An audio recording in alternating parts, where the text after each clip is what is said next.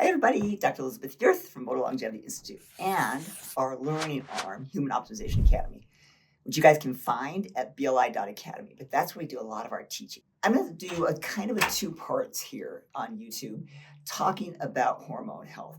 And particularly for those of you who may be younger and not ready for hormone replacement, I want to start with introducing you to something I think that people don't know. Where do you guys think hormones come from? So if you think about your sex hormones like testosterone, estrogen, progesterone, you always think about the testes and the ovaries, right?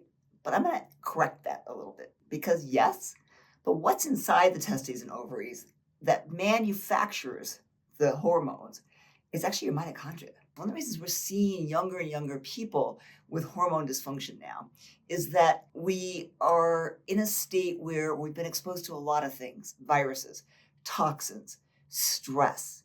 So our mitochondria are a little overwhelmed, trying to produce energy for all of these things going on. What do you think is going to suffer? Their ability to make hormones. I really want to stress that we maybe need to rethink. Instead of just throwing things at it to fix the hormones, throw some things to fix mitochondria. I think it's a completely different way of thinking about why your hormones, even at a young age, might be suffering. A huge number of women are entering early menopause after a lot of the recent things with COVID and some of the issues there.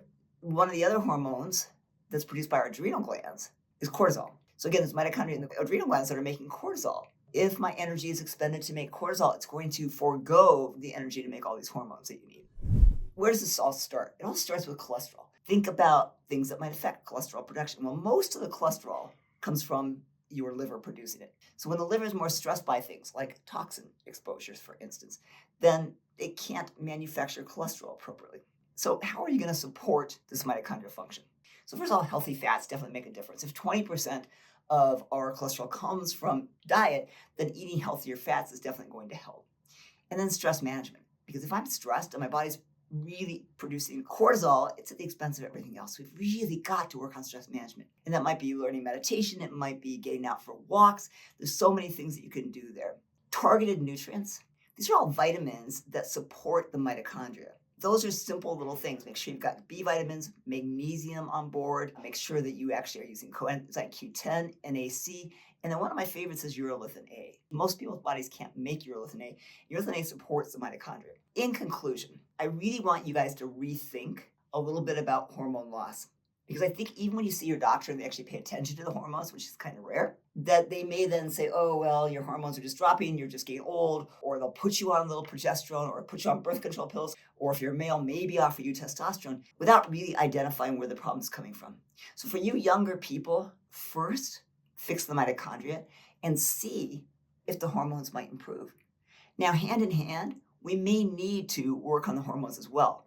Because interestingly, estrogen, progesterone, testosterone always also come back and have a feedback loop to help the mitochondria. So mitochondria make the hormone comes back and tells the mitochondria to make more. So let's start with looking at lifestyle modifications, things that we can do to fix the mitochondria, see where we go with that, and then move forward with what we're going to talk about next, which is what are some of the things we can do to actually fix the hormones themselves.